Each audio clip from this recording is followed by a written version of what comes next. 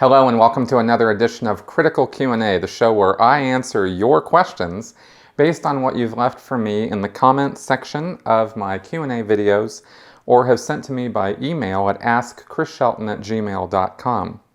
As is customary for these shows, I have a great some announcements here. The first and best and most amazing one being that my audiobook is now done and released.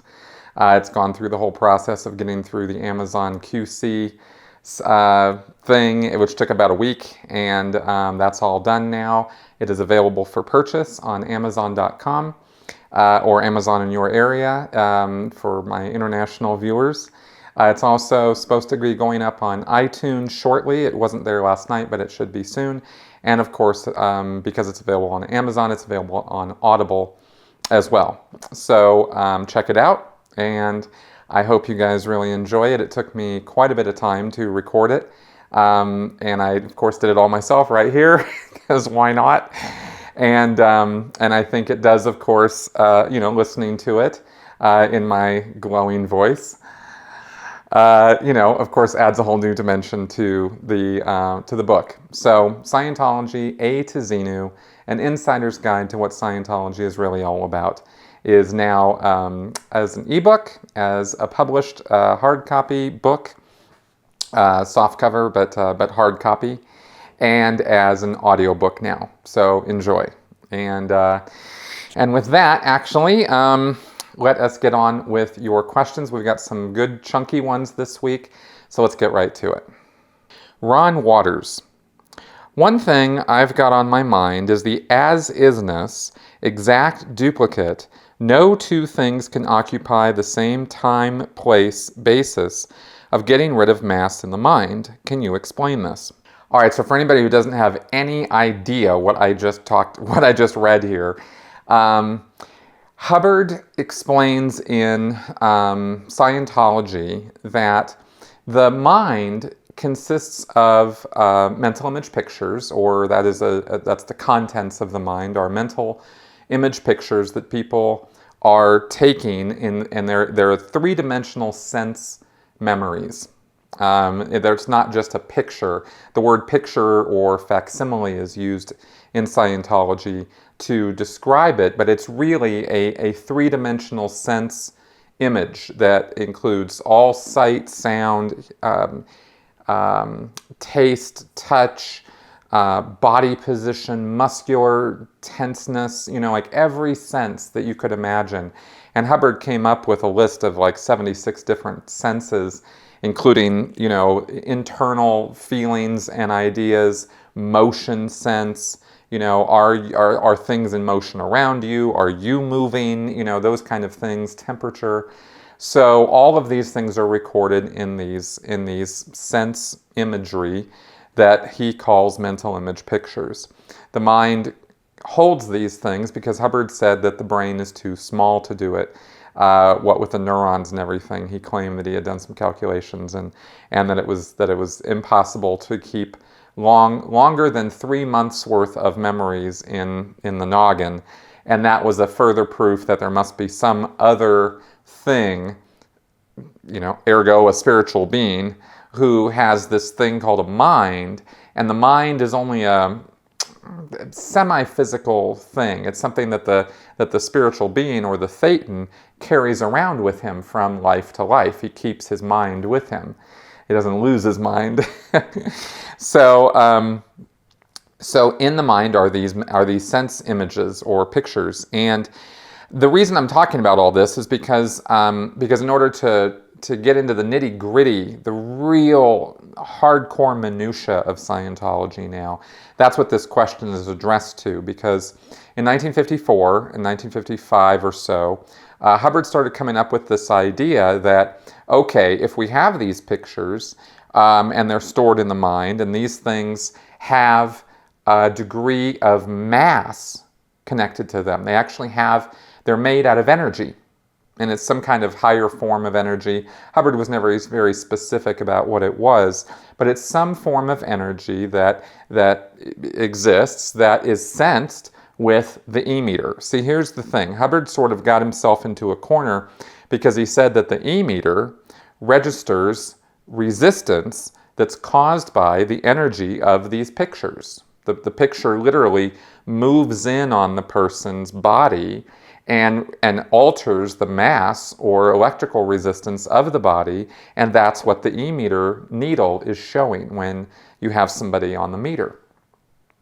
So since he went with that, he then had to come up with this whole theory of how these pictures, how you get rid of them, right? He said that there was charge, electrical charge, connected with these pictures that would sort of, not electric shock you, not zap you, but would impinge on the person physically.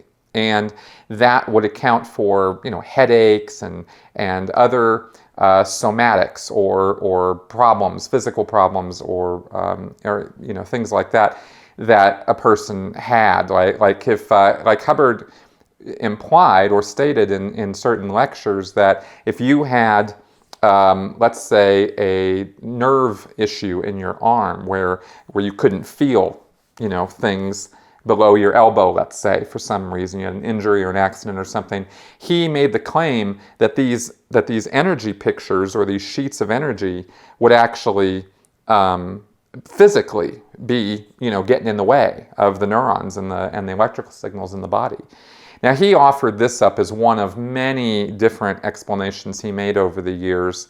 And when you follow it all, this is not a coherent whole picture that's integrated and all of these things all make sense. So, some Scientologists could be watching this and listening to what I'm saying and going, well, that's not what I understood, because he also said, and that's totally fine. I'm not going to argue about that, because Hubbard said lots of things about this. Lots of different explanations. So in 1954 and 55, when he was coming up with this business of what I'm about to explain, this was the explanation for these pictures, is the picture would exist, and in order for auditing to then work, in order for Scientology to work, somehow Hubbard had to explain what was happening to these energy pictures when auditing happened, when counseling was occurring. Like, how did they go away? Why is it that the person would get better? And his explanation for this was the sort of physical universe law. I don't know where it really comes from, but the idea that two things can't occupy the same space at the same time. I can sit here and interlock my hands, but they're not really occupying the exact same space at the exact same time. I can't meld this hand into this one, and the atoms that make up this hand can't occupy the same space as the ones that make up this hand, right? And as you get resistance and you get, physical differences and things like that. Well, Hubbard's theory was, or his explanation was, that when a person is in auditing, they are recalling these pictures. They're bringing them to mind, right? They're bringing them to the forefront of their awareness. And the picture always sort of exists out there if it has been, if some past trauma, like, okay, if you have an incident of a past trauma, like a car accident, and then you almost get into a car accident, or the incident is approximated again in your life later, that picture will come in on you, and it's called restimulation. It'll be restimulated by the present time environment. And once a picture is restimulated and is moved in on you, it will be affecting you. And this is how the reactive mind works at an energy level. If you want an energy type explanation for the reactive mind. Most people really in Scientology don't care that much about this stuff. It's kind of esoteric. It's pretty, like I said, I'm explaining some of the deep minutia of Scientology right now. But the idea is that this picture moves in and it's, impinging on you, and now it's bothering you, and it's giving you headaches, it's giving you problems, it's giving you, whatever issue it's giving you. A bad arm, a bad leg, you got this psychosomatic illness because of this picture.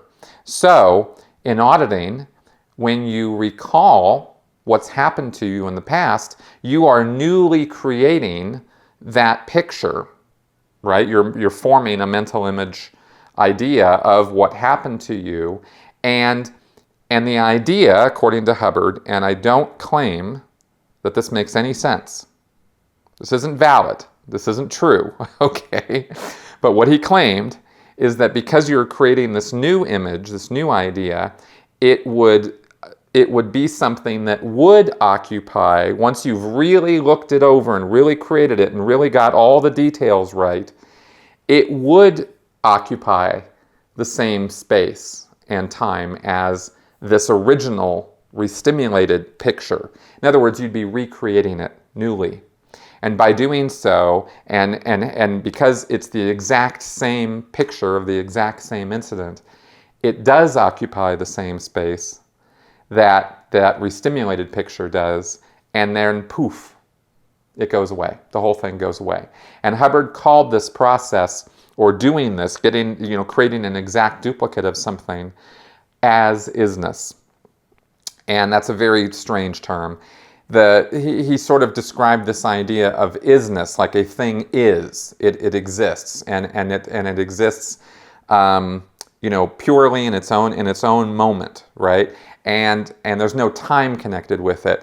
Now it gets very, very deep and very, very philosophical because we start bringing time into it and other factors that I really just don't want to explain right now. Because it's very esoteric and it's hard to understand because it really doesn't make sense. Because later, for example, Hubbard talks about the idea that you're not carrying all these pictures around with you all the time. You're creating them newly every time you look at them. So that sort of blows the earlier theory that they're constantly there and constantly banging on you.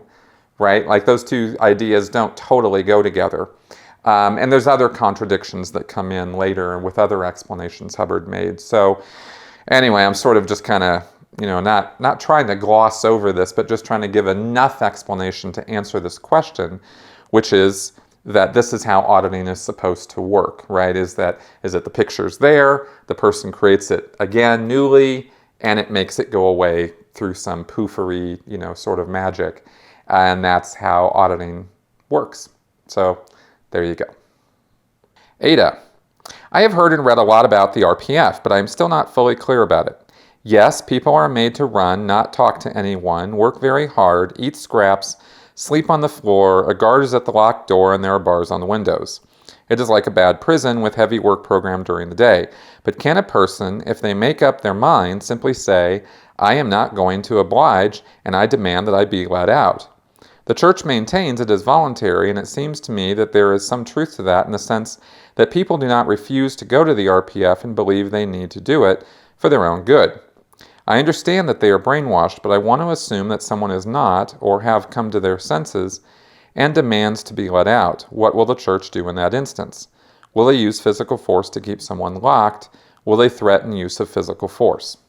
Okay, well, this is, there's all kinds of factors in the answer to this question because, this idea of brainwashing or undue influence is a strong one. And so the bottom line is, if someone demands to be let go, they will be let go eventually.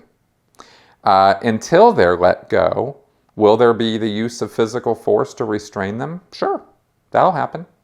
Are there rules or guidelines about that? No, it's a case-by-case basis.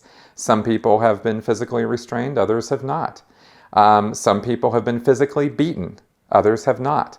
It's a variable thing, and it's not a black and white sort of a situation, and that's sort of one of the things that has to be understood about life in the Sea organization, and especially when you get into the heavy-duty stuff like the RPF. And there's misconceptions about this through, the various stories and whatnot that have come out of ex-members, myself included, as to all the various experiences to it, right? Let me try to make something clear that I might have talked about before, but I'll say this newly, is the RPF, the Rehabilitation Project Force, is a program that a person has to go to willingly. It hasn't always been that way. The RPF has a very long history. It goes all the way back to the 1970s, and it existed on the ship that Hubbard was on. And when it was first implemented or put into place, it was not voluntary at all. But over the years, Scientology has changed. And it's changed because of the fact that people have come out of Scientology, come out of the Sea organization, and have exposed the dark underbelly of what goes on in that group, and have exposed the abuses and the human rights violations. And as a result of that, Scientology and the Sea organization has had to change how it goes about doing things. That's why enforced abortions don't necessarily occur now like they used to. That's why the RPF is sort of not quite as rigorous as it once was. Okay, so there has been change over the years. It's been slow. It's been gradual. It's been not very willing on the part of the Sea Org to change. It was given their own. If it was left up to them, they wouldn't have changed. But it was because of the exposure of the abuses that those changes were made. So in answering this question, I have to look at the whole time period, and I have to say, well, yeah, people were physically restrained. When you were on the ship, you couldn't just go, okay, I want to leave now, and then they were just going to go sail to the next port and let you go. It didn't work that way. And the mind control, the undue influence that a person is under when they're in the Sea organization and in Scientology, is not something to easily discount. It's not something to just write off and go, yeah, it's no big deal, because it wouldn't happen to me, which has got to be, quite honestly, one of the most ignorant statements anybody could make, because there is no one I know or have ever met who is immune to undue influence and thought control. It happens to every single one of us every day.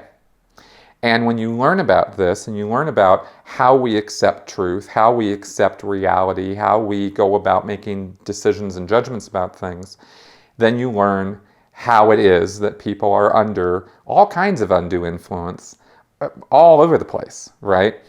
Which is not to say that we live in the Matrix or some nonsense like that. I'm just making the point that there isn't anybody who's above this or immune to this, okay? And there are degrees of it. And when you get involved in a destructive cult, you have gone very far down a line of undue influence, and you are under the control of the unwitting control. You didn't agree to be controlled, but you are under the control of other people. And you've given up enough of your own free will and your own determinism that you now find yourself in a situation that you never would have agreed to on day one, and yet there you are. And thus the RPF.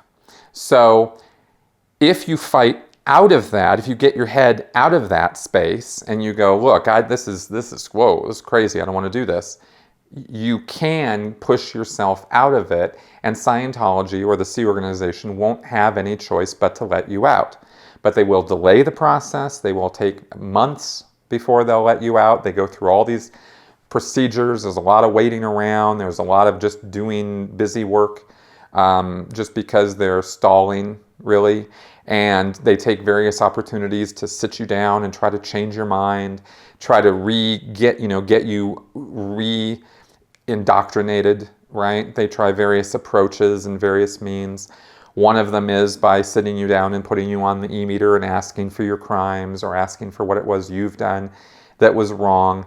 But there are other techniques they use too, right? There's a thing called love bombing, where one or more people will sit you down and just admire you and tell you how valuable you are and what a horrible thing it would be if you were to leave the group and leave them all hanging, leave them all without your skills and abilities.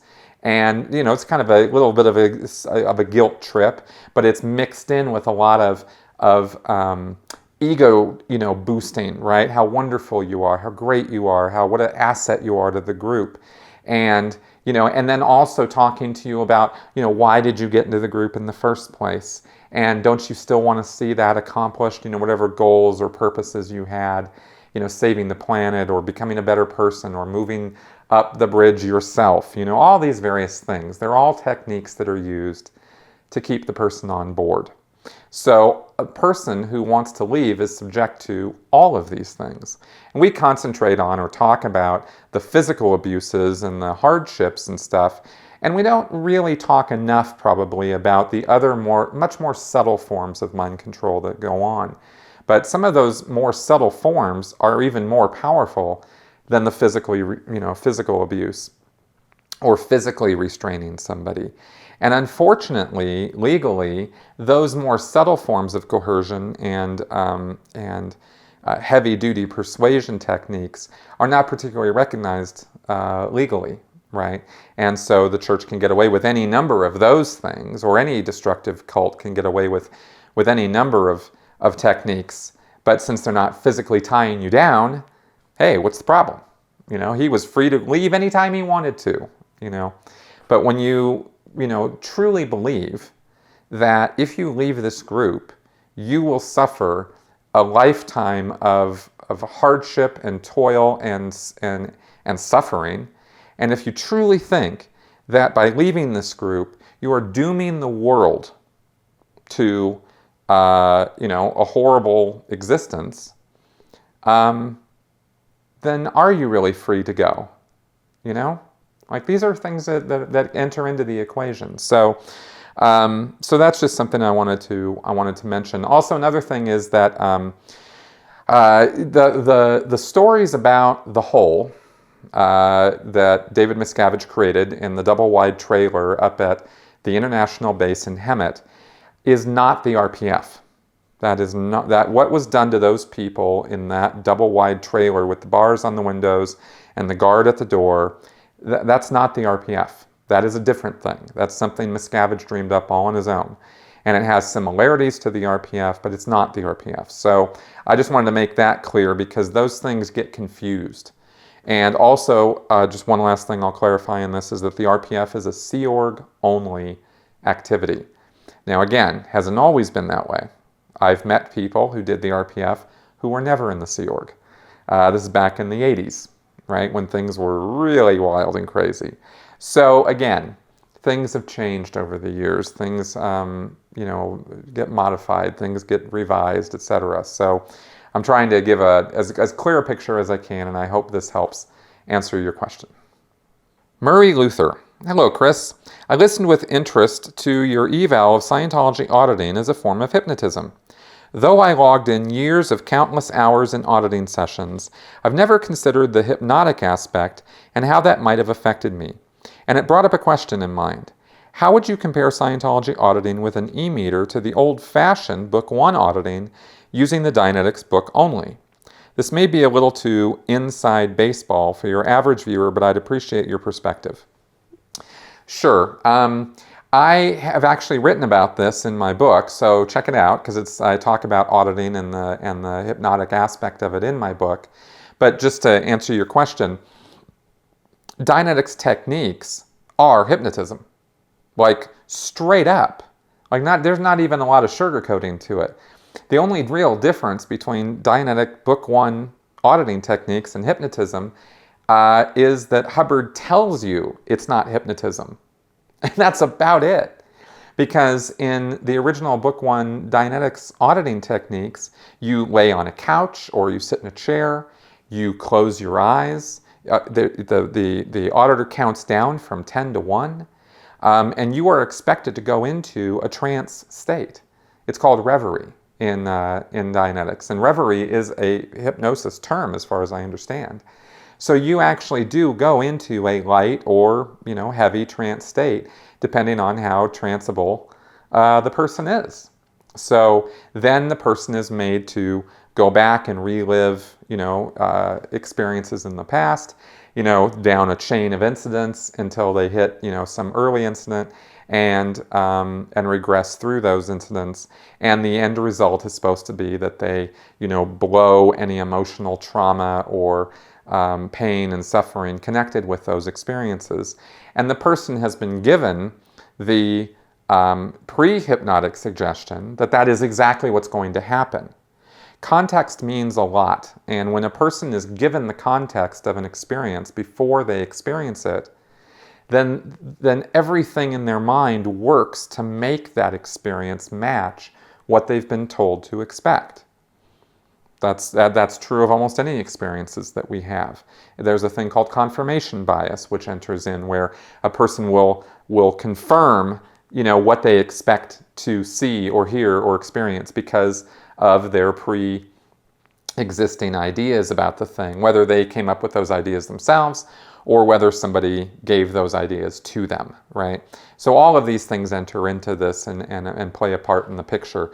And so, yeah, there's no question. If you take a look at an article or a paper that John Atack wrote called Never Believe a Hypnotist, he breaks down a number of quotes that Hubbard said, things he wrote or said in lectures and books in the early days in 1950, 1951, specifically about Dianetics. And he shows how Hubbard defines hypnosis, how he talks about Dianetics, and how he relates the two and says that Dianetics is not hypnosis, and yet Dianetics techniques match up with everything Hubbard says about hypnosis.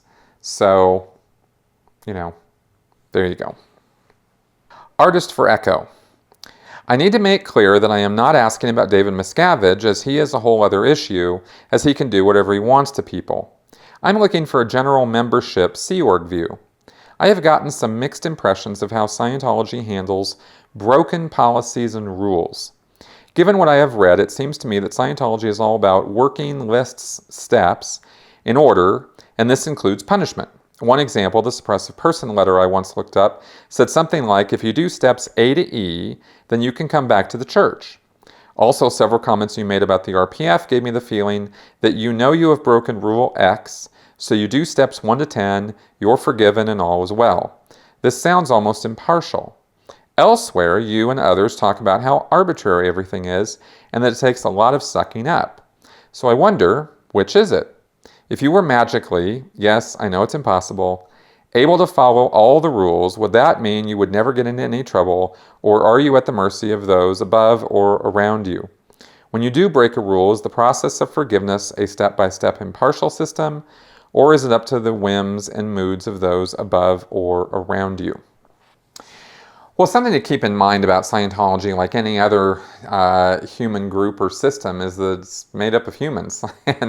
and human beings are the most arbitrary people, anywhere. We're not a bunch of automatons, right? So emotional, influences and experiential influences and educational influences. I mean, all these things enter into to give different people different ideas of how justice should be carried out, how rules should be interpreted, and how affairs should be conducted, right? And I think that's true of any group, and Scientology is no different. Scientology has a very harsh form of punishment and discipline, especially at the Sea Org level, when you get into physical punishments and discipline. So it can become extremely arbitrary, and rules. The thing about rules in Scientology is that there's a policy letter Hubbard wrote called Service. It's a policy letter. It's the service policy, or the service policy letter, or the service PL, we used to call it, right? PL for policy letter. And that policy letter specifically states, damn the rules, forget the rules. The rules are not important if you're breaking the rules in order to provide service to somebody. Well, that could be interpreted in a very wide sense, right? And often is in Scientology. So other rules about, not accepting a person for service unless they've paid for the service first. You could blow that rule off because we're servicing this person, so I have to help him out even if he hasn't paid, right? And people would get into trouble for that, because here you are trying to do a good thing for somebody who needs some help. And then later on, a senior person looks at this and goes, but that was done for free and we're here to make money, so what the hell? And then the person who did that says, well, it was the service PL. I was servicing the person. Yeah, but this other policy says that you have to collect money for service. So, screw that. And the guy gets in trouble. Right? And that's a real example of how contradictory policies or contradictory interpretations of policies in Scientology will get a person in trouble for maybe doing the right thing. And there's hundreds and hundreds of these things, right? Also, in terms of following the rules or steps of a punishment and then being forgiven, yeah, not quite. You know, when a person finishes the RPF, they've just gone through years of rigorous discipline and punishment for whatever transgressions they did or didn't commit that landed them in the RPF.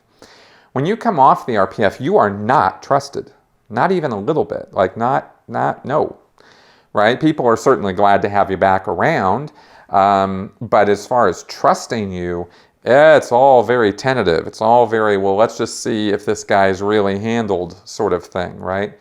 Probably kind of similar to, you know, when people come out of prison, right? Point being that you have gone through this very rigorous program, which, you know, per the policies and per the ideas of it, theoretically, in other words, you're supposed to be all forgiven now, right? But no, it doesn't really work that way. And after you come out of the RPF, you have a whole new set of amends to do before you will be really accepted back into everybody's good graces, right? So, and then even then, you know, it's a buildup because a year, 2, 3 years later, you know, that RPF assignment can come back to haunt you. And I've seen people who came off the RPF, screwed up on something, and went right back to the RPF, right? Like within a month. And that really sucks, you know, because there's nothing worse than the RPF. You know, and then you have, like you mentioned, a person is declared suppressive, and they have these steps A to E to do. And if they do those steps, then they are no longer suppressive. And that's true. A person can do those. But what it takes to get through those steps, oh my goodness. And, you know, where one person might be able to do an amends of selling these books and paying a certain amount of money, and maybe he gets a few people into Scientology, another person might do those same kinds of things and not be accepted because he is an ex-Sea Org member, whereas this person was never a Sea Org member, was only a staff member, or was only a public person.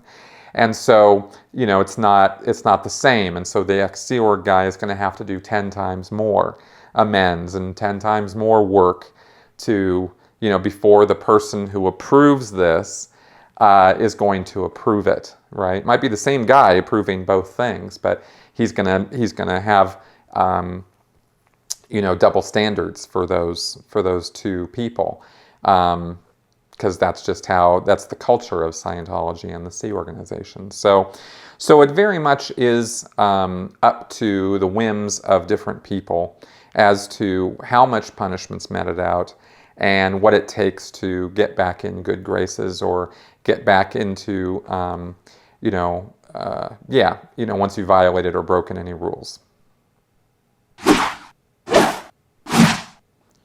It's Flash Answer time.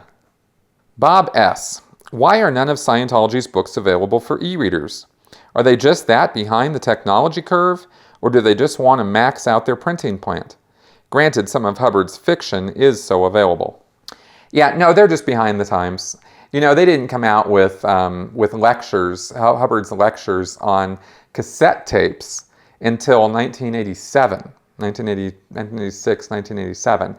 And they didn't come out with Hubbard's lectures on CDs until the 2000s. 1999, 2000 was, I think, the very, very, very first CDs. And broadly released, all of Hubbard's lectures on CDs didn't happen until the mid-2000s. So these are not people who are keeping up with the times when it comes to technology. So that's one reason. And of course, the other reason is that they did invest in a printing plant and they want to use it. So, and of course, there is the money, because an ebook can be easily copied with the click of a button. Not so with hard copy books and CDs. Magnus Solving. Just curious as to who gets the money if I should buy a book like Battlefield Earth from Amazon or Google Books. Does it go to the publisher, church, or to someone like his heir, Jamie DeWolf, or a combination of these? Not sure how the rules work in the US. If you buy anything with L. Ron Hubbard's name on it, you can be totally assured that that money is going to the Church of Scientology and to David Miscavige, almost directly. No heir of L. Ron Hubbard is getting a penny, not even a little bit, for any of Hubbard's copyrighted works, fiction or nonfiction. All of it goes to either Author Services, Inc., which is Hubbard's literary agent for his fiction works, or to the Church of Spiritual Technology, which is the holder for, as far as I know, the royalties for his other works, and that goes through Bridge Publications and New Era Publications over in Europe, and then the money kind of goes up and eventually ends up at CST and Church of Scientology International, CSI. So it's all this sort of big corporate thing, but that's where the money goes. Kevin Goodman. I'm an ex-staff member and I'm so glad I'm out of that junk. My question is, with all the glaring contradictions in Scientology, how is it that no staff seem to see them? They are so obvious and they're everywhere. The one that blows my mind is that LRH says, think for yourself, but then when you do and ask questions, you find yourself in ethics. It's hilarious. Well, Kevin, I'm not sure if you saw some of those contradictions yourself when you were a staff member and that's what got you out, but there's a thing called cognitive dissonance. It's a psychological term, and it's the idea that a person has an idea or a concept in his mind, and when he's met with a differing or contradictory idea or concept, there's a discomfort that occurs, right? So, it's like, I don't like this. And that's called cognitive dissonance. And there's been a lot of studies done on determining or looking at and analyzing how people reconcile those two contradictory ideas. The miracle of the human mind is not how we process information. It's not how evolved we are. It's not how we can think. It's the fact that we can actually hold two contradictory ideas at the same time in our head and make them make sense when they don't make any sense. It's just something we can do. And it's, and sometimes the results of that are hilarious and sometimes the results are tragic. But we do it, and we do it all the time in all different fields. So that's my answer as to how Scientologists do it. They do it just like everybody else. It's just a mental mechanism that we all have. Okay, everybody, and so we've come to the end of another episode of Critical Q&A. If you have any questions for me or comments or feedback, please leave them in the sections below. I will see them and I will read them, and maybe I'll even respond to them. And thank you very much for watching. Again, check out my audiobook that's now available on Amazon, along with the printed copy and ebook version of my book, Scientology A to Xenu, An Insider's Guide to What Scientology is Really All About. See you guys next week.